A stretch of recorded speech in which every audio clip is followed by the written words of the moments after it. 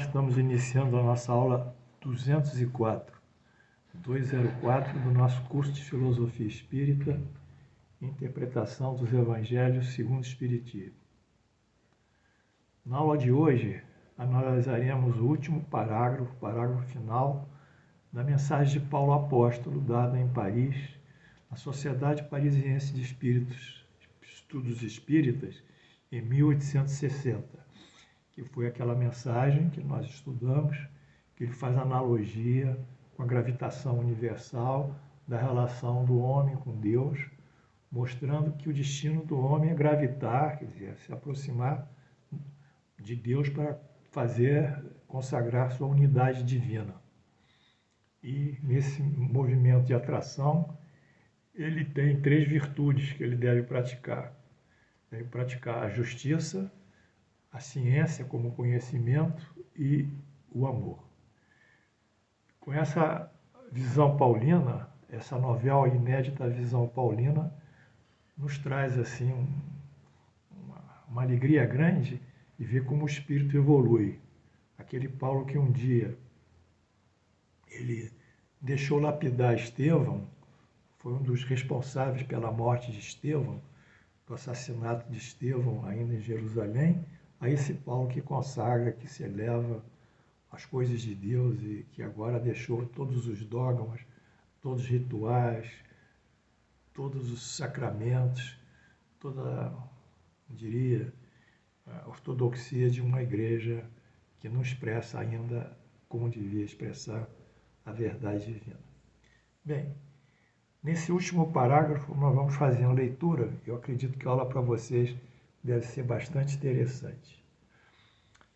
As penas não são eternas e sofrem abrandamento com o tempo. Isso é um princípio que o professor Kardec coloca no Céu e Inferno. Quer dizer, as penas não são eternas e elas vão se enfraquecendo com o tempo. Diz Paulo: em verdade vos digo, cessai de colocar em paralelo a eternidade do bem, que é a essência do Criador, com o mal, que é a essência da criatura.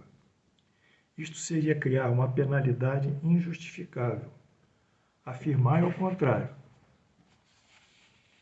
O abrandamento gradual dos castigos e das penas, através das reencarnações sucessivas, e consagrai a unidade divina pela união do sentimento à razão. Kardec, o Livro dos Espíritos, terminamos então isso, Céu de 2016, páginas 459 e 460. Então, terminamos o trecho de Paulo, em que ele já mostra um outro fato importante para nós. Os sofrimentos e as dores, eles vão se diluindo com o tempo, e também através das diversas encarnações. O que Paulo propõe? Propõe, primeiro, nega a eternidade das penas, o que, em sentido absoluto, faria de Deus uma inteligência impiedosa. Imaginou se as penas fossem eternas? Deus, uma inteligência impiedosa, implacável, que seria uma verdadeira negação da sua justiça e da sua bondade, da sua misericórdia. Não apenas eternas. Pelo contrário, o tempo corre a favor do seu abrandamento, em razão da visão de reabilitação já referida e das encarnações, que são os filtros depurativos das imperfeições espirituais. As encarnações, elas vão depurando, ponto a ponto, as imperfeições espirituais. Portanto, o nosso futuro é um futuro positivo, um futuro cheio de esperança, é um futuro que nós estaremos melhor, muito melhor, amanhã do que hoje nos encontramos.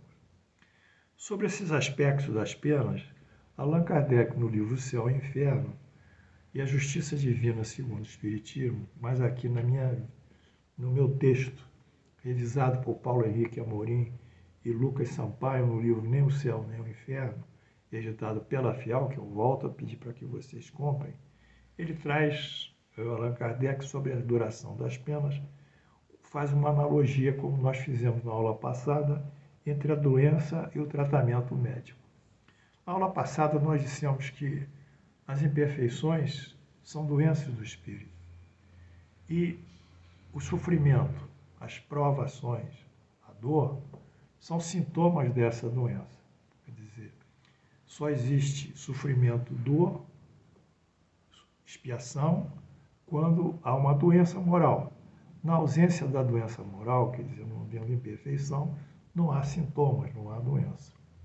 E mostramos também que o tratamento dessa imperfeição moral, dessa doença moral, seria justamente o indivíduo promover a sua reabilitação, decidindo ainda antes de encarnar as provas que deveria passar na Terra, fazendo a sua trajetória de provas, o seu curso de provas, sofrimentos, provações, etc. E aqui na Terra, tendo sucesso na superação de cada uma. E com isso ele se tornaria mais perfeito, criaria mais virtudes em relação às expiações, criaria uma virtude mais de caridade, de abnegação, etc. E prepararia uma encarnação futura muito mais feliz. Então, como vocês veem, isso foi colocado na aula passada. E Allan Kardec faz também essa analogia aqui, nesse item do céu e inferno, a duração das penas. As penas sendo temporárias e subordinadas ao arrependimento, à expiação e à reparação, arrependimento, expiação, reparação, que dependem de quê? Do livre-arbítrio do indivíduo. São, ao mesmo tempo, os castigos e os remédios, que nós vimos, que devem ajudar a curar as feridas do mal. Os espíritos em punição não são, pois, como um condenado perpetuamente à prisão, condenação perpétua, prisão perpétua, mas como um doente num hospital que sofre doenças que muitas vezes resultam das suas imperfeições, das suas faltas. E dos curativos dolorosos que eles necessitam, mas que têm esperança de um dia ficarem curados e que serão tanto mais rápido a cura, quanto mais exatamente seguirem e essas prescrições espirituais, entre aspas, do médico espiritual, que é a justiça divina, e o que os assiste naquilo que for necessário. Se eles prolongam os sofrimentos por suas faltas, eles não aceitam, eles são rebeldes, recalcitram, então o médico, coitado, nada pode fazer. Eu posso, como médico, fazer uma prescrição com o paciente, dizer, você vai tomar isso, uso interno, tá? 6 em 6 horas, um comprimido de 500 miligramas, tá? Durante 7 dias. Tudo bem. Mas se ele não recebe a minha prescrição, o quadro dele se agudiza. Então eu não posso ser responsável. A justiça divina ajuda o indivíduo, mas ele tem que ser proativo. Desculpa, ele tem que ir de encontro a essa justiça. Então, nós temos vendo que tudo isso é muito fácil, muito simples, muito elementar. Isso que me agrada na doutrina espírita é a simplicidade dela, é a singeleza dela, é a linearidade da sua inteligência, do seu pensamento. Nós não estamos contando muitas histórias aqui, muitos causos espíritas, porque isso tudo é secundário. Essas histórias, essas narrativas de eventos espíritas, que segundo o livro tal disse aquilo, o livro tal disse aquilo, aconteceu fulano, Beltrano, tudo isso são coisas primitivas para nós. O que interessa é realmente a nossa essencialidade no caminho do bem. Isso está sendo visto aqui de uma maneira bem, eu acredito, bem didática. Vamos ver ainda o que Allan Kardec agora fala, vencendo esse termo de duração das penas, sobre a qualidade das penas, o tipo de penas. As penas que o espírito sofre na vida espiritual vêm se juntar da vida corporal. Quer dizer, na vida espiritual ele assinala as provas que vai passar, mas lá ele sofre. Quando encarna, também sofre. Que são a consequência das suas imperfeições. Imperfeições como doença moral. De suas paixões. Do mau emprego das suas faculdades. E a expiação de muitas faltas do presente, dessa vida atual, e da vida passada. Então essas são as faltas, esse é o conjunto de expiações e as causas que fazem essas expiações ocorrerem, a geração das expiações. É na vida corporal, isso é importante, que o espírito repara o mal das suas existências. Se ele fez mal, aqui ele vai pagar. Fez aqui na Terra, paga aqui na Terra. a existências anteriores, que põe em prática as resoluções que tomou lá antes na vida espiritual para poder superar tudo isso. Ele se submeteu a essa prova e acha que vai vencer essa prova no dia que ele reencarnar. Assim se explicam essas misérias, essas vicissitudes que a gente vê a todo momento, que à primeira vista parece não ter uma razão de ser, um estado de miserabilidade, de doença, de sofrimento, de dor, mas que são muito justas, por serem o caminho que o espírito alcança para se reabilitar e se recuperar das suas imperfeições. Ou seja, ele é o caminho do progresso. Então, a expiação é aquele grande caminho que a gente podia dizer, caminho do progresso, placa expiação, quando bem superado. Isso está no Céu e Inferno, na edição da CELD, da Albertina Escudeiro, tradução dela, páginas 108, 128 e 129. Bem, eu fiz uma interrupção nesse texto aqui, paulino, para colocar uma questão muito importante para vocês e que é totalmente comum nos centros espíritas. Vou dar um exemplo. Uma vez eu tinha uma amiga muito querida e ela frequentava um centro espírita no Rio de Janeiro. Um dia ela fez um CA de mama, um câncer de mama. Ela veio me dizer, doutor Paulo, eu estou com câncer de mama. Eu falei, vamos ver o que a gente pode fazer. Vamos ver o que você pode fazer, etc. E começamos a tentar tratar o câncer de mama. E ela continuou a frequentar no centro espírita, porque ela dava um curso do Livro dos Espíritos. Era uma pessoa muito atuante naquele centro, muito ativa, dava aulas, participava das sessões públicas, né, fazia palestras, pessoa muito ativa. Quando ela fez o CA de mama e o pessoal do centro soube, muitas pessoas disseram assim, ela está com CA de mama, isso é o karma dela, olha só. Isso realmente ela tem que expiar, porque mediante esse sofrimento, essa dor, ela vai melhorar. E começaram a afirmar, por conta própria, que aquele câncer de mama era necessário para a evolução espiritual dela. Veja que absurdo. E a partir disso, eles não quiseram ajudá-la no centro, não quiseram reconfortá-la, porque eles achavam que o sofrimento é necessário. Vocês já viram isso no passado comigo? É o sofrimento na cruz. Eu vou me colocar na cruz, eu vou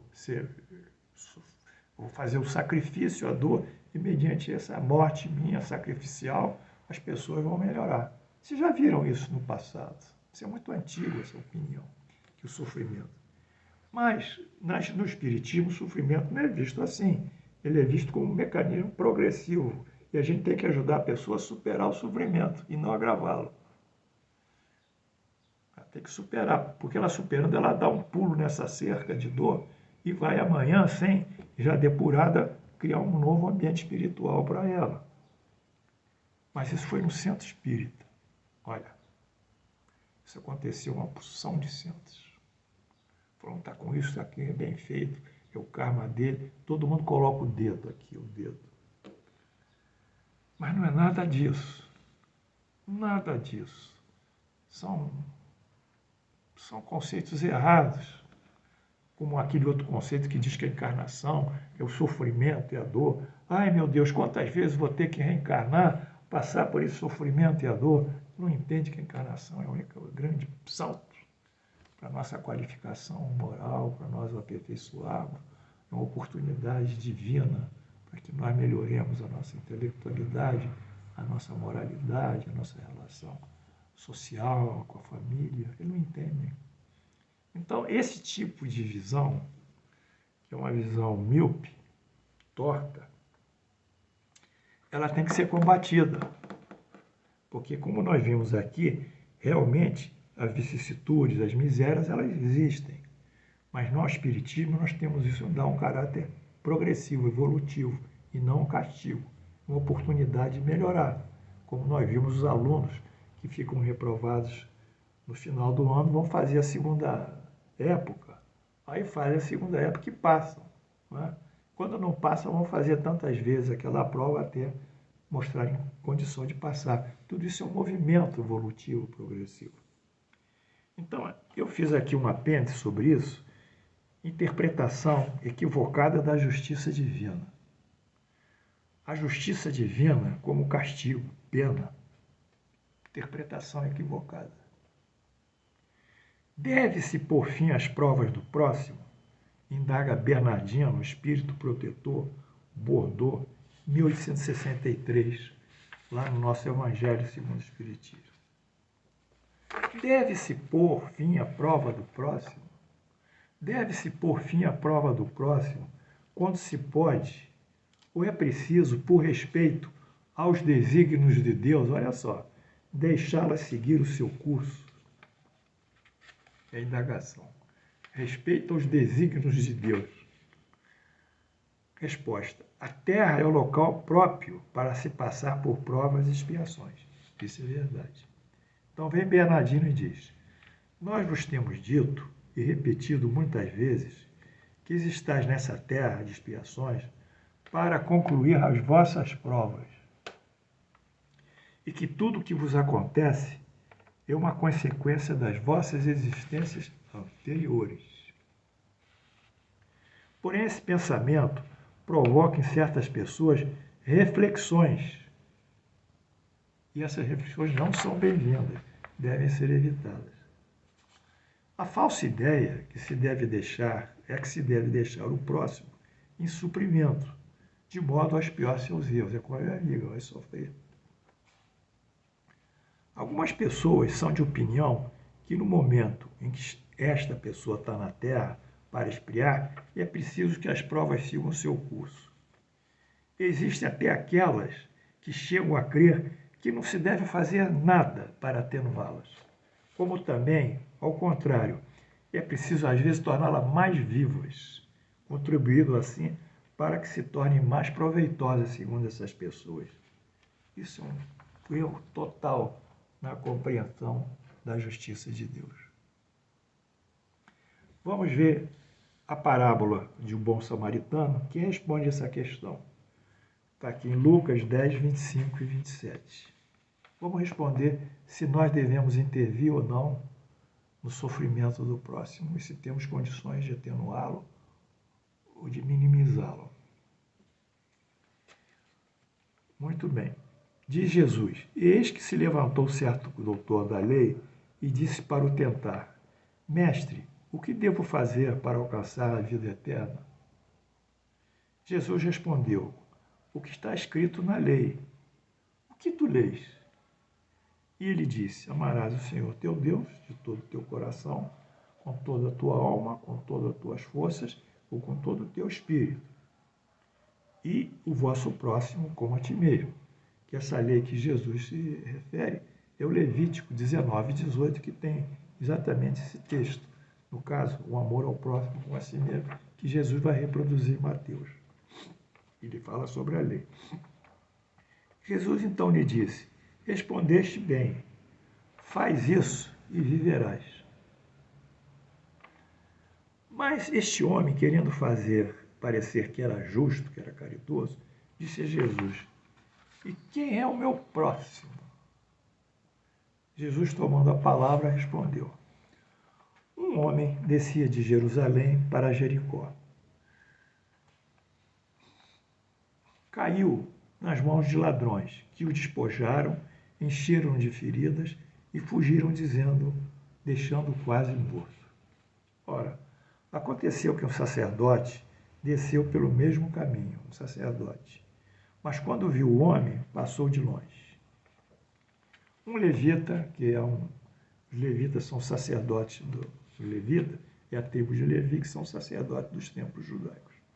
Um levita que também passou para o mesmo lugar, vendo-lhe e continuou andando. Então, dois religiosos viram o sujeito caído na estrada, ferido, sangrando, e passaram.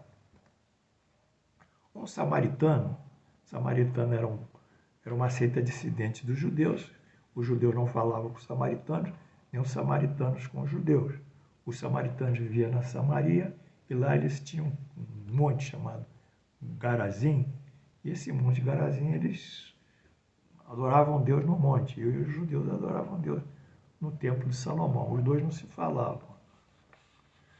O samaritano, porém, que é justamente contrário aos dois sacerdotes, porém, que vinha em viagem, chegando ao lugar onde estava este homem e, tendo visto, sentiu compaixão. Aproximou-se dele, tratou das suas feridas com azeite e vinho e as enfaixou, e em seguida, colocando sobre seu cavalo, levou uma hospedaria e tomou conta dele. No dia seguinte, pegou 2 denários e deu ao dono da hospedaria, dizendo: cuide bem desse homem, e tudo que gastares a mais, eu vos restituirei quando voltar. Bem, aí Jesus pergunta: qual desses 3 te parece o próximo daquele que caiu nas mãos do assaltante?